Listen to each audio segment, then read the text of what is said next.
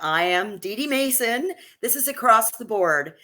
Today, we're going to be talking about something a little bit different than all the rest of the shows and media personalities are talking about today. I want to talk about campaign finance reform. Aren't you sick and tired of the ads on TV interrupting everything and just making you, I don't want to see this, driving down the road and seeing signs everywhere. I mean, everywhere, clogging up our streets, blocking our view, and just being generally irritating. You're listening to music, jamming out while you're driving down the road, and all of a sudden, one of those damn ads comes on. You're like, ah! You know what I'm talking about. I know you felt it. And I think that we're all a bit sick and tired of all the money that goes into campaigning every year, and especially every 4 years. It is now in the billions, okay?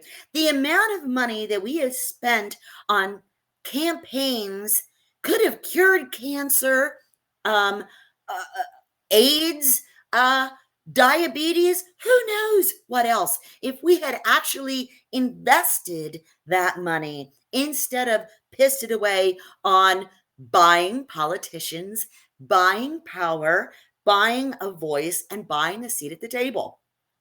And we're seeing that really amplified in this election. So far, I think it's like $14 billion has been spent on this election. And it is, I know in 2020, the amount of money that was spent on campaigns doubled from 2016. So you can only imagine what it is now. Let me just give you a couple of little tidbits of who has donated to Donald Trump's campaign. Timothy Mellon, $150 million. Elon Musk, $119 million. Miriam Adelson, $100 million. Now, I know those names must be familiar. Elon Musk, Donald Trump has stated he's just going to turn things over to Elon Musk as far as finance and business. This is a guy who never built anything. He went around buying businesses that were already doing very well. Tesla, Twitter. And what did he do after buying these? He ran them into the ground. These companies are now losing money. Those were not good investments for Elon. If you look at what has happened. But anyway, my ear thingies just went. I don't know how to turn them back on. I keep tapping them. I'm so sorry. I'll see if I can't figure that problem out. But anyway. Do you want to start over? No, I think that we should keep going. That's my producer, Eric. Good morning, yes. Eric. Hi. Like you can see, I've got my ATB little coffee mug here with my special LaGrange orange cocktail in there. LeGrand orange, a little I'm taking more of a back seat here. It's a place. And I'm sorry, Eric, what was that? I said I'm taking more of a backseat role from now on here. I'm going to be. I'd rather produce because I think I can produce better than I can do both. So I'm going to just be behind the scenes, taking care of business. You know what? And I truly appreciate the fact that you are the man that is helping me. I couldn't do this without you.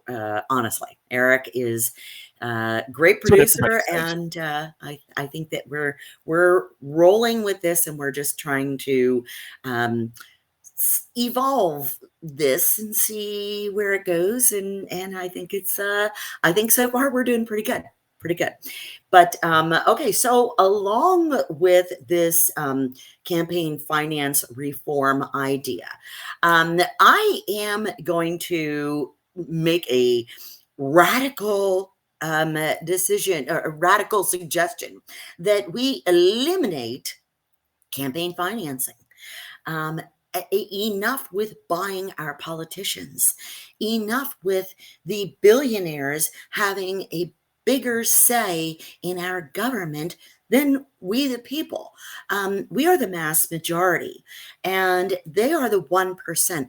Why should they have more of an elevated voice than we, the people? Do you want me to show It's the graph of all the election, how much obscene. the election costs? I think that now would be a great time to pull Okay, up 'cause, that graph you need that to shows us. tell me that stuff, okay, as we get going. Yes, and you can see from here just the ridiculous amount of money that is being spent on our elections, and how it has just become obscene since Citizens United. And if you recall, President Obama was really, really upset with our Supreme Court when they decided on going with the Citizens United. And that will segue into my next portion of this, which is going to be about the Supreme Court. But just showing you how much money is now going into campaigns versus just, 2008, 2012, before we had Citizens United. And that should give you an idea just how obscene and aberrant it has become. And it is all a result of our Supreme Court allowing this to happen. Now, what happened to our Supreme Court? Well, Antonin Scalia, where was he when he passed away? Where was he when he passed away? I believe that was in 2016, at the beginning of 2016, when the election was just ramping up. And it was a big focus on our Supreme Court. Now, I can recall in 2016 trying to tell people this is not about the presidency. This is about our courts. People didn't pay attention. People didn't listen. They were, we're not ready for a woman. Her emails, her voice, this, that, the other thing. It was all her. Nobody paid attention to what he was doing. And then at the very end, if you recall, we had Comey come out and talk about her emails and wanting to restart a new investigation into her. But he did not talk about investigating the investigation into Donald Trump's Russian connections and the connections with the campaign with Russia and Putin and the close ties therein. And the fact that Russia was spending a lot of money on our campaign, our election as well, investing in troll farms and such, and the hacking of our candidates and the spilling of this information unfairly. And how the media got involved in doing that. But we're going to get into that too a little bit later. So, campaign finance reform. Well, what would that look like? Now, you've seen Finland. Finland only allows 15% investment from outside donors into elections. So, how could we reform elections here in the United States? Well, I have an outline, a suggestion. I think first, anyone who wants to be a candidate would have to go out and collect signatures.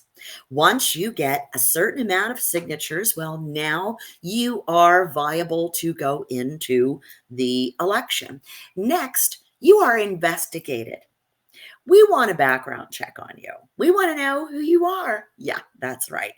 Did you know that in the United States of America, there have been Russian people coming here for years and Chinese people coming here for years to have their babies, only to get them the passports and the citizenship? Then they take them back to their countries where they're raised and indoctrinated into the mentality of that country.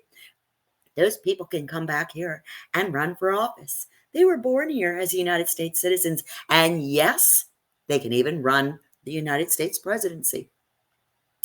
Just a little tidbit of information about infiltrators, but that's for another time. At any rate, so yeah, you have to present signatures, and then from there you have to undergo a background check. And then after that, you have to be willing to give up or freeze all of your stock purchases and investing. Why? Because we don't want you making decisions while you're supposed to be representing us that are going to benefit your purse and pocketbook, personal finances. No, no, no, no, no, no, no. You're working for us. So we're going to freeze all that, whether it's your spouse or whatever. So yes, we're going to investigate that. Also, number 4, you will be investigated by the FBI as well, because we want to make sure of who you are and that you're not one of these infiltrators. And we want to know that you haven't been bought. We want to make sure that basically we just want to know who the hell you are. I mean, if you're going for any government job or position, you're pretty much looked into. And if you go for a real government job where you're getting classified information and access to government data and such, then yeah, you should be at it. We should know who you are, and we should know that you are not a bad actor. Number 5, all candidates that qualify will get equal airtime. You will be questioned by the media. They will investigate you to dig out any skeletons, and they will ask you about them, and they will expect direct answers. And everyone will be treated equally and get equal airtime. Now, we'll have to whittle down the crowd, of course, until we get down to 2 viable candidates for each position, and then we have the votes. And again, no more signs on the roads, no more radio advertising, no more TV advertising. I don't want to see it. I don't want to hear it. Nobody gets special treatment.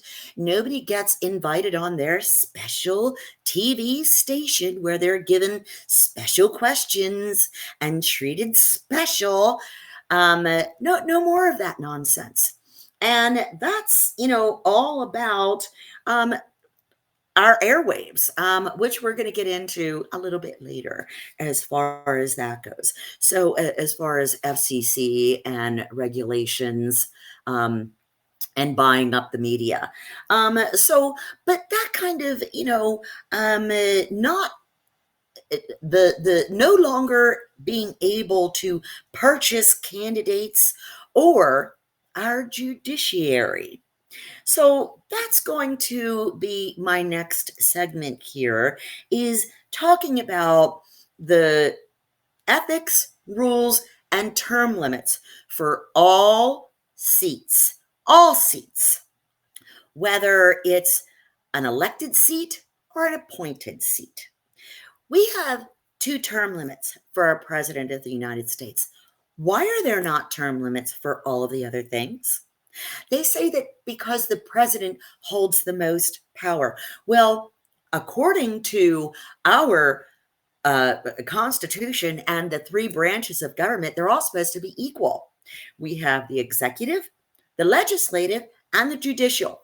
For those of you who did not know that, those are the 3 branches of our government.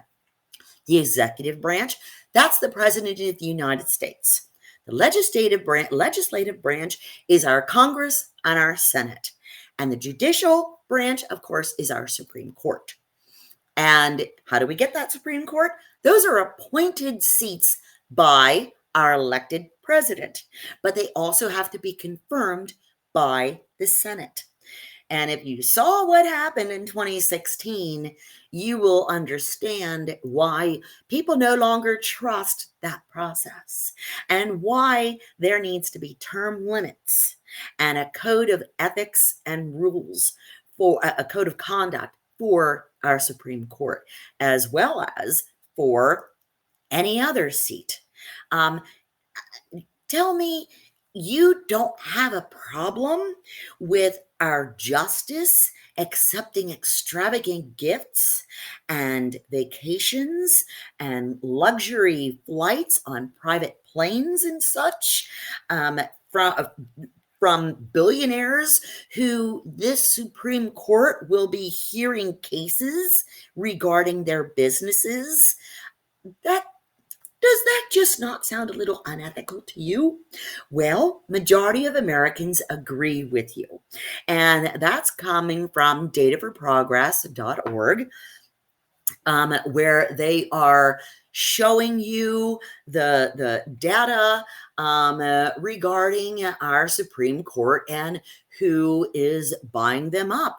The majority of voters think that Supreme Court Justices Thomas and Alito should be impeached, and they support gift bans and term limits. So why are we not doing this? Well, how did they get this kind of power over us? How is it that they're just able to thumb their nose when we suggest these term limits and a code of conduct? I mean, who are they to tell us? We the people, we tell them. That's how this is supposed to work. We tell them. And so if you look at the charts, majority of America agrees. We are sick and tired of this Supreme Court that just thumbs their nose at the idea of ethics, terms, code of conduct, any kind of regulations, or us looking at them. Now, Clarence Thomas was found to have been accepting these extravagant gifts from these billionaires who also so happen to be part of the Federal Society, a Federalist Society, and the Heritage Foundation. The Heritage Foundation is the one that is mainly responsible for Project 2025. Now, if you're concerned about Project 2025, you should be very, very concerned about the fact that many of the conservative justices that sit on our courts are for it and are very much involved with those billionaires that head the Heritage Foundation, and the fact that all of these conservative Supreme Court justices are members of the Federalist Society.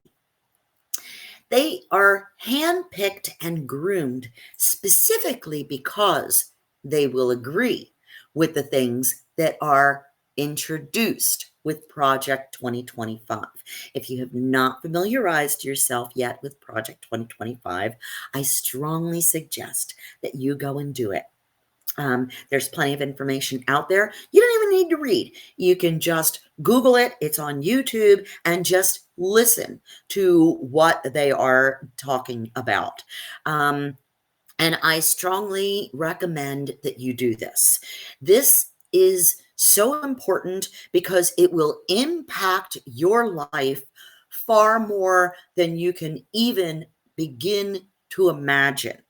The effect that this plan will have within the very first 170 days of Donald Trump's presidency. They want, if he manages to steal the office, and I say steal because the Electoral College does not represent the American people anymore. That's something else that we need to get rid of, but we'll leave that for another show as well. But we definitely need to address, that's another thing that majority of the American people want gotten rid of, is the Electoral College.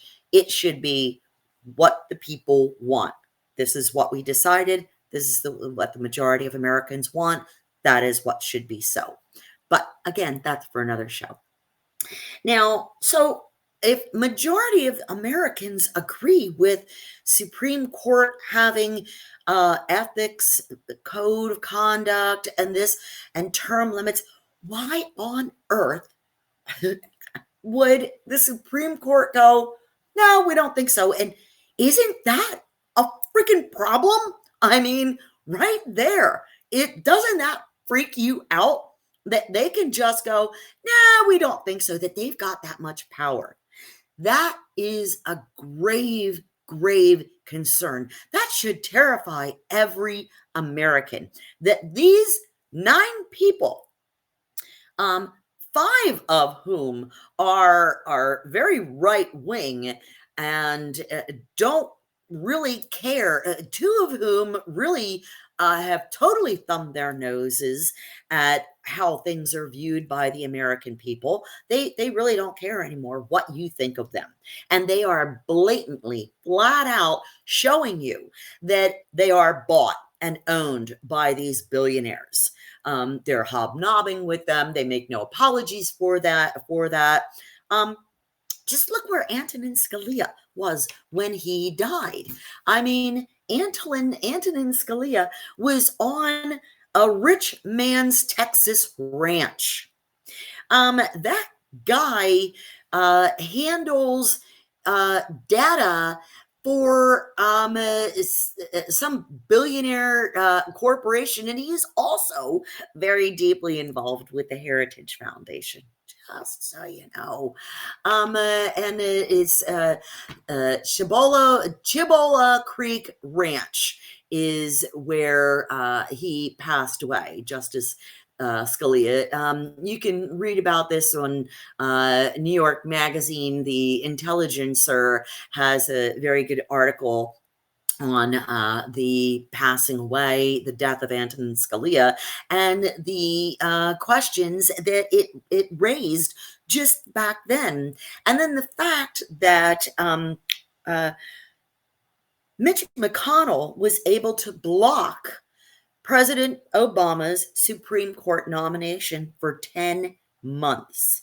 But yet, when there was an election in 2020 and Justice Ginsburg passed away, boy, he wasted no time in slamming Amy Coney Barrett onto our court, which raised, huge questions. It was like, okay, we're going to do it this way when there's a Democrat in office that appoints a Supreme Court justice, but we're going to do it this way if there's a Republican in office. And we can't have that. There has to be a continuity, some kind of code, some kind of plan that is for all. This is how we do it for all, not just, well, this guy's in office and this is the control that the Senate has, and so we're going to block that as long as we can. This is how our Supreme Court became skewed and corrupt, and blatantly so. And it was so obvious and underhanded what Mitch McConnell and the Senate did. And even under President Obama, the Senate Republicans have continued to try to stall appointments to major positions by the Biden administration. Not only in the judicial venue, but also in the military venue, where it really created quite a backlog for many military advancements and promotions. But that, what has happened to our Supreme Court has also been happening to the other branches of our government. Well, I should say the departments within our government, because the courts are not protecting those departments. The courts are allowing these attacks on the departments. For instance, Federal Communications Commission. Our FCC has been under attack by the conservative movement for a very long time. And I think many people have begun to see it with the purchasing of our media outlets and the attacks on free speech, attacks on journalists globally, not just in the United States, but globally. And it really was very evident in 2016 when Donald Trump and his right-wing media was constantly attacking journalists and the free press, calling them the enemy. And it has continued on. And you saw in 2016 where there were attacks literally on the media, attacks on CNN, attacks on news organizations, bombings, and it has not ended. The attacks on journalists and the threats to them have continued. But one thing has really become quite obvious, and that is the buying up of our media. Over the last several years, our courts have, our media has been so bought up by billionaires. And you really are seeing this by those newspapers that used to always endorse a presidential candidate declining from doing those endorsements this year. For instance, Jeff Bezos of the Washington Post. Now, when Nixon was in office and there was a woman that owned the Washington Post, she was pretty brave, wasn't she? Yeah, she took a lot of heat for the things that she did in exposing the Nixon administration and what she did in support of Bob Woodward and Bernstein, and allowing them to publish their works and their articles, and doing that real investigative journalism. That's something that is so missing in several of our media outlets nowadays, where they're not really doing journalism. They're not really doing investigative journalistic work like they used to do. There's a lot of integrity that is missing now, that used to be there. And it's more of a rush to get the story out there instead of a concern to get the story accurate and true and factual. A lack of integrity overall. And you see that in certain networks more so than others. For instance, Fox News, which was sued for almost $1 billion by Dominion for their blatant lies and perpetual lies about Dominion's voting machines. I believe there was also Smartmatic, whose voting machines were attacked, or the claims that their voting machines were skewed, or that their software was skewed towards the Democrats, that they were able to manipulate them somehow to make Democrats win, which was all completely false. Put a lot of people's lives in danger as well with their false reporting. And so when a news outlet of any kind has been caught telling lies, they should have to, it should be much larger than them just paying somebody off. It should be huge. They should be castrated and castigated publicly. But yet, Fox just continues doing what they're doing, and there really wasn't much out there publicized about what happened. So again, like I said, Jeff Bezos, who owns the Washington Post now, along with Amazon, is declining from making an endorsement for Harris. Why do you think that is? Well, he's probably terrified that if somehow Donald Trump wins, there will be backlash on him. Is that not part of the problem? That's part of the attack on free speech and why these billionaires should not be allowed to own these media outlets, but they've been buying them up. And so you've got Jeff Bezos, and then you've got Patrick Soon-Shiong from the Los Angeles Times. That was another one where many the editors, journalists are fleeing from these media outlets. in protest of the fact that they have always endorsed a presidential candidate. And yet this year, it's different. Why? Fear. And that should never be part of journalism. Fear to speak out, fear to call facts out, fear to speak out against what someone is saying when it is so aberrant and so vile and such an attack on everything that we hold dear as Americans.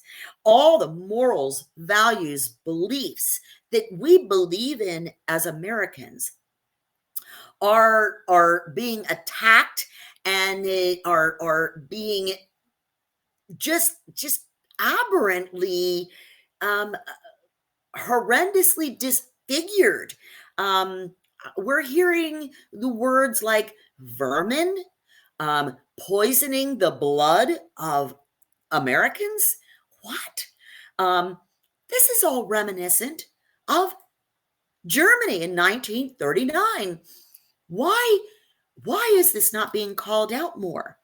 And we've got a clip that's going to segue nicely into my final clip portion of this episode. And we're going to talk about how the starkness is out there if you just open your eyes and open your ears. It's so blatantly in people's faces. The words being used, the attacks on immigrants, the words being used by Donald Trump at an Israeli Jewish breakfast. He literally said, if I lose, you can partly blame the Jews. Well, why is that? Because the Jewish community is largely Democrats. If you look at their demographic, they largely vote Democrat. So he is blatantly saying, if I lose, blame the Jews. Oh, gosh, where have we heard that before? Blame the Jews, attacking Jewish people. And you had during his term in office, we saw the attacks on the Jewish community. We saw how they were attacked. And while the Christian right wing claims to support Israel, it's a false flag on their part. And the reason why is their whole belief as far as bringing about the rapture, which they want to happen. That doesn't happen until all the Jews return to Israel. Okay. The Jews return to Zion, right? You remember that part? Well, they can't have their little rapture and their Jesus returning until all the Jews go back there. So, yeah, they're all for Israel, but they're not for the Jewish people. That's where people need to understand. They are anti-Semitic. Okay. They don't want the Jewish blood mingling with that white Christian blood. No. Why? Because the Jews are Middle Eastern. They don't want that Middle Eastern blood mingling with that waspy white Anglo-Saxon Protestant blood. You gotta understand where the mentality is, why they support Israel. It is not about the Jewish people. So, I would like to now play a clip for people that is from the 1930s that should really wake people up as to where we are right first. now. Hey, as your producer, I'm telling you, you had another clip lined up. It was from the "Don't Be a Sucker" film first, and then we were going to talk about it. It's from the "Don't Be a Sucker" film, and I believe this is the 40s. I believe it's from the 1940s. I'm sorry, I thought it was 39, but this segue is right into the next portion. I'm losing my ear thingies again. About the contrasts that we're seeing between Donald Trump and Harris, and the similarities from Donald Trump's campaign this year to Hitler's resurgence and the rise of fascism in not only Germany, but also right here in the United States in the late 30s, early 40s. And Eric, would you go ahead and roll that clip? I know you've got a lot of questions. You want to know why you're not getting the breaks you deserve? Well, I'm not a politician, but I've made it my business to study these things, and I happen to know the facts. Now, friends, I'm just an average American. But I'm an American, and some of the things I see in this country of ours make my blood boil. I see people with foreign accents making all the money. I see Negroes holding jobs that belong to me and you. Now I ask you, if we allow this thing to go on, what's going to become of us real Americans? I've heard this kind of talk before, but I never expected to hear it in America. This fellow seems to know what he's talking about. Yes, he knows all right. What's the answer? What are we real Americans going to do about it? You'll find it right here in this little pamphlet. The truth about Negroes and foreigners. The truth about the Catholic Church. Now, friends, these books are free. Paid for by real Americans who want others to know the truth. Excuse me, young man, but are you actually going to read that stuff? Sure, why not? You heard what he said, didn't you? Yes, I heard. But do you believe in that kind of talk? I don't know, makes pretty good sense to me. I'm speaking to you as an American. And I tell you, friends, we'll never be able to call this country our own until it's a country without. Without what? Yeah, without what? Without Negroes. Without alien foreigners. Without Catholics. Without Freemasons. You know these people. What's wrong with the Masons? I'm a Mason. Hey, that fella's talking about me. Sure. Anyway, so what that clip was talking about was what was happening back then here in the United States, where people were talking about immigrants and how, even Black people, and how they were poisoning the blood of Americans, how they're commingling the blood. We can't have the mingling and the watering down of that white Anglo-Saxon blood. And we're hearing that again. Donald Trump, the words literally came out of his mouth. They're poisoning the blood of American. They're vermin. They're animals. These are the exact same words that were spoken by Nazis and Hitler in order to get people to start mentally viewing the other as something less than human, something like an animal that we have no problem with putting down. Vermin, which, what do? We exterminate vermin, don't we? And so in telling people, the other words that were literally said was during Donald Trump's Madison Square Garden rally was, America is for Americans, which is exactly what was spoken in Nazi Germany. Germany is for Germans. So it's very anti-immigrant. And it's not just about illegal immigrants being here. It is about all immigrants here. People of brown skin, of dark skin. If you don't have light skin, if you don't look Northern European, then they don't want you. So Spaniards, even the Italians, your skin's dark, you speak Italian, they'll accept you, but really not so much. You're still like, not really. They want that real Northern, the Dutch, the Finnish, Swedish, Northern Europe is where they want you from. And that is all their whole waspy thing. And if you look up Donald Trump's heritage, he is white Anglo-Saxon Protestant to the T. His family immigrated from Germany, and to get rid of that German stigma, they changed their name from Drumpf to Trump. His great-grandfather was ousted from one of the countries because he refused to serve in their military.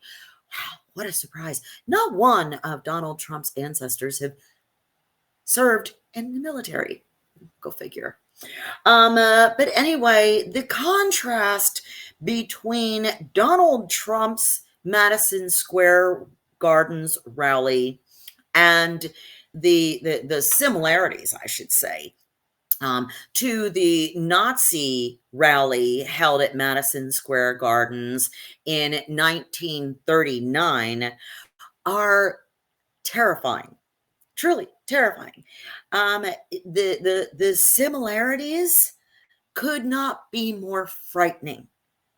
And I ask people to please pay attention. Pro-America. This is not pro-American. It is anti-immigrant. Anytime you hear them going pro-America, it is anti-immigrant. So that's what you're really hearing when you're hearing America first. That whole America first thing, it's all about anti-immigrant. So and you saw it. You see it so blatantly. Why is it that the Republican Party seems to attract the KKK members, the white supremacists, and the neo-Nazis who continue to wave these flags, these Confederates waving their Confederate rebel flag that they refuse to let go of, and they claim it's about heritage. It's not about heritage. It never was about heritage. It's about intimidation. It's about sticking it in certain people's faces that, hey, we still believe in this, and you'd better watch out. Now, if you recall, Donald Trump talked about beating people up. Oh, wouldn't it be great if we could beat people up who spoke out at these rallies, just like they used to do? Gee, I wonder what rally he was referring to. I wonder what he was reminiscing about. How they beat somebody who was speaking out at these Nazi rallies and speaking out against the fascism. They speak of Antifa as if it was a bad thing. Every member of World War II that fought against the Nazis was Antifa. So when you hear Antifa, do not shy away. You stand up proudly, go, yes, I am Antifa. I am anti-fascism. I am anti-communist. I am anti-fascist. Absolutely. 100%. 100%. And, you know, they always go socialist, communist. When we talk about society caring about each other, when Social Security and Medicare was introduced, guess what conservatives said? That's socialism. That's socialism. And to this day, they attack it and they want to do away with it. Every safeguard that there is for people like me, average Americans like you, people struggling, people working hard to earn a paycheck. What is it that makes them attack us so vehemently? Why are they always going after all those safety nets that were established? They attack the educational system that they didn't want set up to begin with. Conservatives never wanted every American to be educated. It should have just been preserved for the elites. That's how they wanted it. They never wanted all Americans to have the right to vote. It was supposed to be just for the elites, just for the people with money. They never wanted the women to have these rights. And when you look at the Harris campaign and her rally on the ellipse most recently, over 75,000 people were there. And that was an evening of peace and love and unity. She talks of unity. She speaks of being a president for all. She doesn't talk about certain people in America being the enemy. She talks about freedom for all, being a president for all Americans. But yet, and she was saying, you know, when we vote, we win. That's just a simple fact. That is where our voice is heard. And again, like I said, that's why I want campaign finance reform, is our voices are what is to be heard. So the contrast between Donald Trump and Vice President Harris could not be more stark, could not be more in your face. One is talking about getting even, getting revenge. The other is talking about progress, unity, working for all Americans to make our lives better, all of us. This one is talking about attacks on certain people, how these people are unwelcome. These people are eating the dogs, eating the cats. These people are bringing crime. They're rapists. These people are poisoning the blood.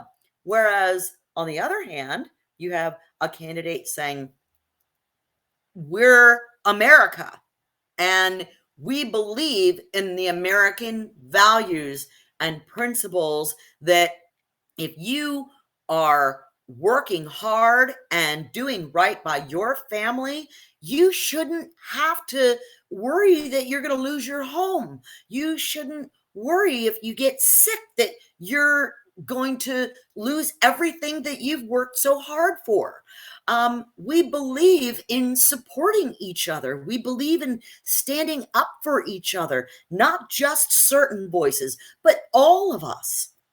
And if you look at what the right wing is talking about, attacks on freedom of speech, attacks on our personal rights and freedoms and liberties, they're not for expanding the vote. They're for clamping down and saying, no, you can't vote, you can't vote. They're expunging the records. They want to get rid of people. They want to deter people from voting. They are intimidating people. They're out there attacking ballot boxes, drop boxes, trying to intimidate people from voting.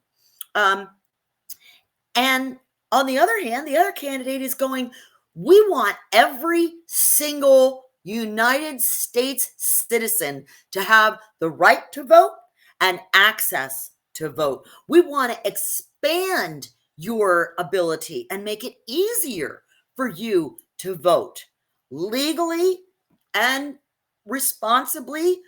But, you know, the other problem with American voters is they're not real well educated. And that is part of the problem, again, with the media.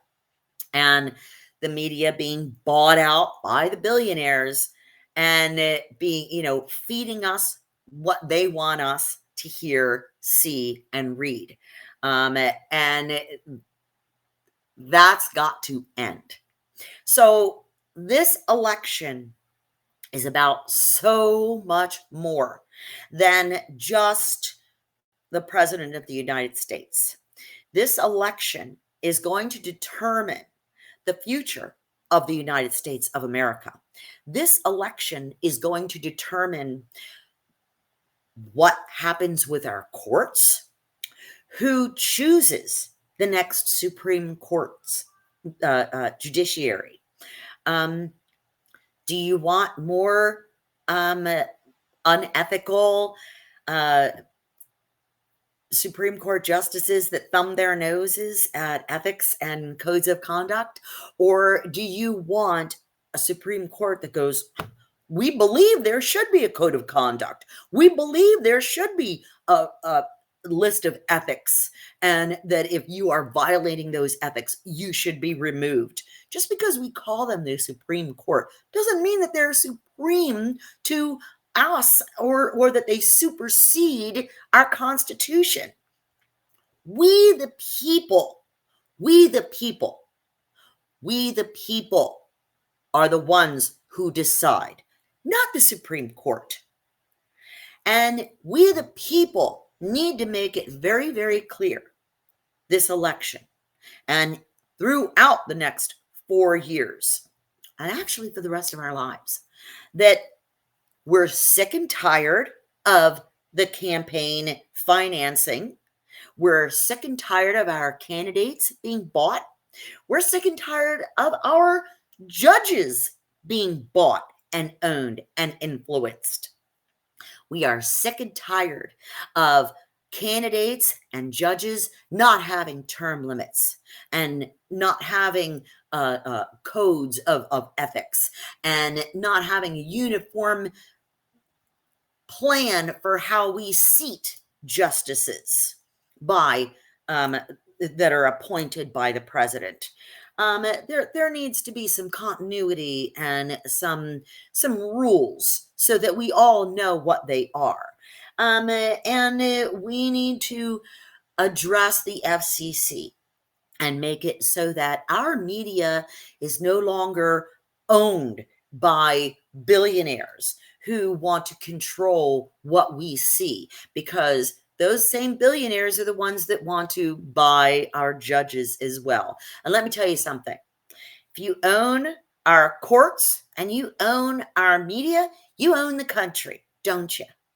Which is exactly what the billionaires have been working on for the last several decades.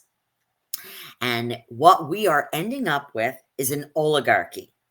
If you want to put an end to that and make things change, then you'd better be voting true blue in this election, because this election matters for the future of the United States of America. This election is the whole ball of wax right here, right now. This election is more important than any election, I would say, since the 1940s. This election will decide what direction Americans want to take our country. Do we want to be like 1940s Germany? Or do we want to be the America that is the shining example to the entire world that says we represent freedom? We represent that dream that if you work hard and you play by the rules, you can succeed. But you see, the rules have changed in America, and we need to fix that. Again, that's what this election is about. This election is about our courts, about the direction of our media, about the direction of our globe, climate. This is the whole ball of wax, people. Yes, it is about our freedom. So if you believe in your freedom, you believe in your liberties and your rights, I suggest you go vote for them. And that'll do it for today. Thanks for showing up, and I hope you'll tune in next week for another episode of DeeDee Mason and Across the Board. Have a great day. Go vote. I'll be here next week, hopefully drinking champagne. Bye now.